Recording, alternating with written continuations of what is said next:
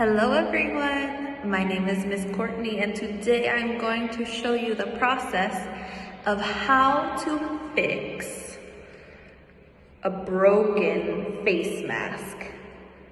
My mask is broken. Look, the part that goes behind my ear is no longer attached. So what do? There is a process to fix it. Let's do it together. So I need my broken face mask and I also need a pencil. You can also use some scissors or maybe you can use a pen. So you're going to take your face mask like this and look for the spot that it was connected. Mine was connected right here, you can see, but now it is no longer connected. From the inside of my mask, I'm going to poke a hole. Be very careful. See, there is a hole.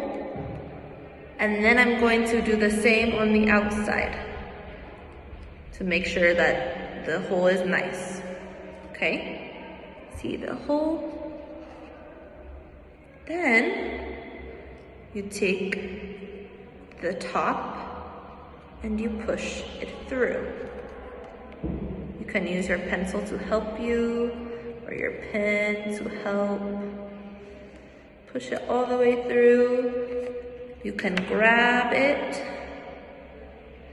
And now, you're going to tie